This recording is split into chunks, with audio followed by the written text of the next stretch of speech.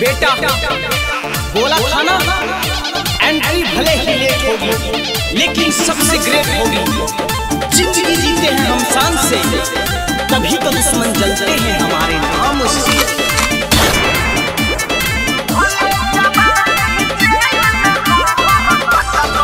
लागे छै बिगड़ल खानदानों से, चले छै ही हसीना ताना से। लागे छै बिगड़ल खानदानों से, चले छै ही हसीना ताना के। तोहार देखी खोखो सबके आँख फटत ही रे। हे गे ऐसन घटना रोजे घटत गे।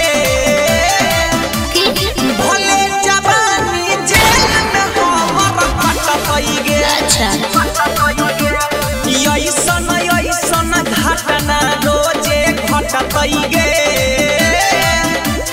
भले जवानी जेल में हमर घटत गे।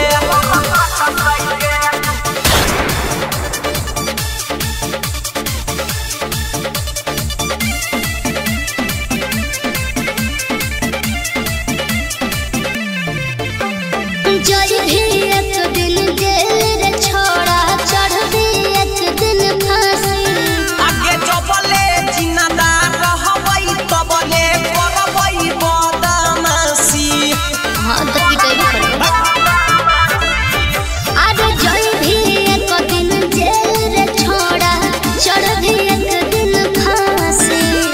जबले जिंदादार रहबै तबले करबै बदमाशी। तू लगैले छी आग कब से मटते रे। ऐसन घटना रोजे घटत गे। अरे अरे भले जवानी जेल में हमर घटत गे। अरे पगला गेली का।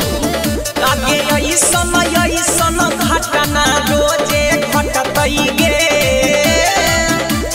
भले जवानी जेल में हमर घटत गे।